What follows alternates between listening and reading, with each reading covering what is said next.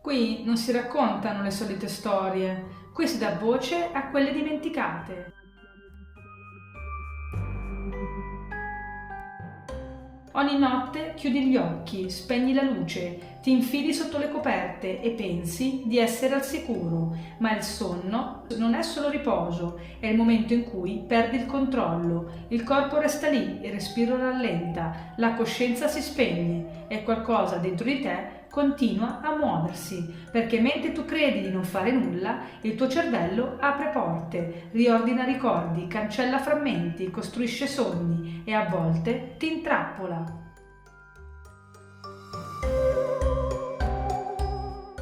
Quando dormi, il tuo corpo cambia stato, non è semplicemente fermo, è quasi sospeso, la temperatura si abbassa, il battito rallenta, i muscoli si rilassano, ma durante una fase precisa del sonno succede qualcosa di ancora più strano, il cervello paralizza il corpo, letteralmente, è una protezione, serve a impedirti di muoverti mentre sogni, perché se nel sogno stai correndo, combattendo, cadendo, il corpo non deve seguirti. Ma a volte questo meccanismo si inceppa e allora ti svegli, ma il corpo no.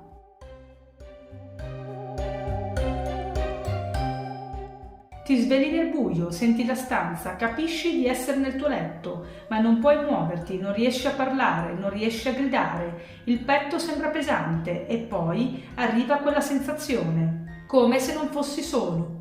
Per secoli questa esperienza è stata raccontata come una visita notturna, demoni, ombre, streghe, presenze sedute sul petto, il famoso incubo. Non era solo un brutto sogno, era qualcosa che sembrava entrare nella stanza e forse è proprio questo il lato più inquietante. Il cervello sa creare mostri, mentre tu sei abbastanza sveglio da vederli.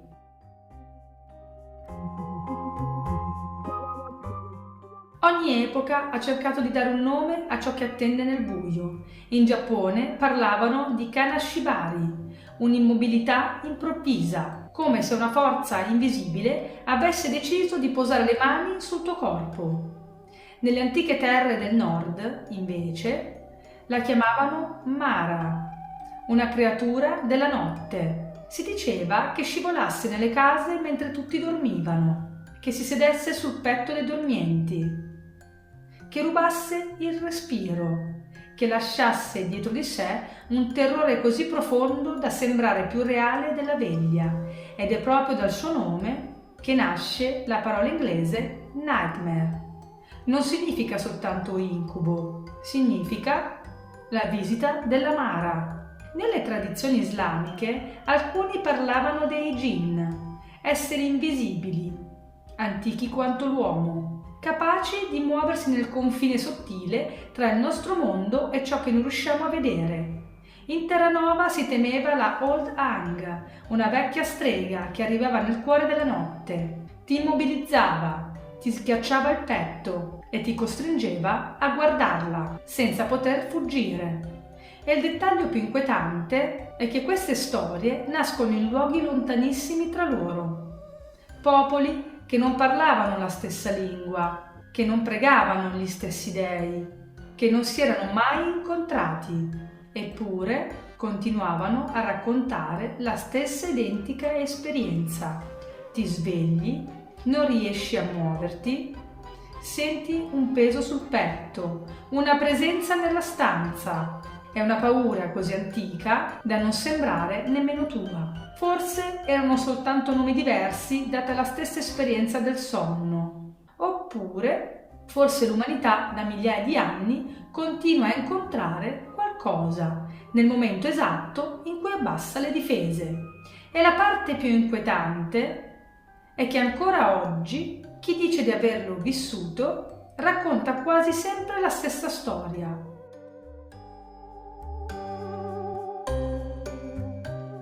Per secoli abbiamo dato nomi diversi a ciò che ci terrorizzava nel sonno: demoni, streghe, spiriti, presenze che aspettavano il momento in cui abbassavamo le difese. E forse oggi le chiamiamo in un altro modo: paralisi del sonno, allucinazioni, disturbi della fase REM. Ma c'è una storia che continua continua a tormentarmi. Negli anni 70 e 80 alcuni giovani rifugiati del sud-est asiatico iniziarono a morire nel sonno. Erano ragazzi sani. Molti di loro raccontavano la stessa cosa. Dicevano di avere paura di addormentarsi, perché qualcosa li aspettava nei sogni. Per giorni cercarono di restare svegli. Lottarono contro il sonno. Bevevano caffè. Rifiutarono di chiudere gli occhi, finché il corpo cedeva. E quando finalmente si addormentarono, alcuni non si svegliarono più. Quelle storie colpirono profondamente il regista Wes Craven. E anni dopo, quella paura prese un volto, un cappello consumato, un maglione a righe, un guanto armato di lame. Freddy Krueger. Perché Nightmare non racconta soltanto la storia di un mostro, racconta la paura più antica di tutte, la paura che una volta addormentati non siamo più davvero padroni di ciò che ci accade. E forse è proprio per questo il motivo per cui Freddy continua a spaventarci, perché che tu creda nei demoni del sonno o nei misteri ancora irrisolti della mente, c'è una verità da cui nessuno può fuggire. Prima o poi tutti dobbiamo chiudere gli occhi.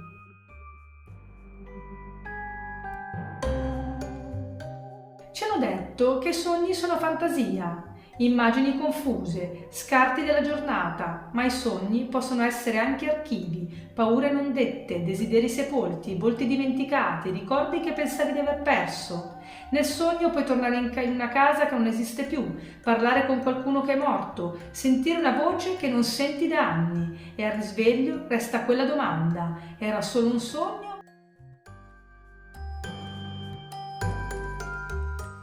Poi c'è chi non resta fermo, chi si alza, cammina, apre porte, scende le scale, parla, ma non è davvero presente. Il sonnambulo è lì e non è lì, ha gli occhi aperti ma non vede come noi, si muove nel mondo reale, con una mente ancora intrappolata altrove. Ed è questa la cosa più disturbante, il corpo può agire anche quando la coscienza non comanda.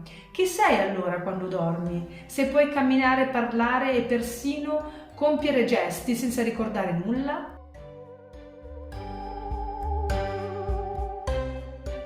Gli incubi sono il teatro più antico dell'orrore, non hanno bisogno di effetti speciali, non hanno bisogno di mostri veri, usano quello che hai dentro, la perdita, la colpa, la paura, il corpo che cade, la voce che non esce, la porta che non si apre, qualcuno che ti segue e quando ti svegli, per qualche secondo non sai ancora da che parte sia la realtà.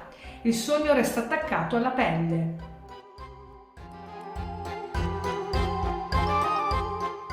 Esiste anche un altro inganno. Credi di esserti svegliato, ti alzi, vai in bagno, guardi la stanza, poi qualcosa non torna, una luce sbagliata, un oggetto fuori posto, uno specchio che non riflette come dovrebbe e capisci stai ancora dormendo. Si chiama falso risveglio ed è una delle esperienze più stranianti che il cervello possa costruire, perché non ti mostra un mondo assurdo, ti mostra casa tua, solo leggermente sbagliata.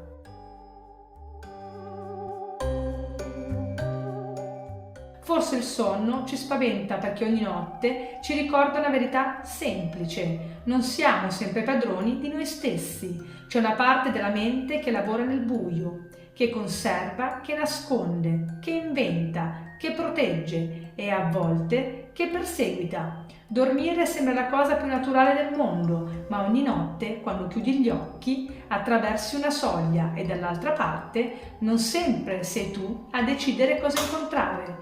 Quindi stanotte, quando spegnerai la luce, ricordati una cosa: il corpo dorme, la stanza tace, ma la mente non si ferma mai. E forse la vera domanda non è cosa succede quando dormi, ma chi sei davvero quando smetti di controllarti.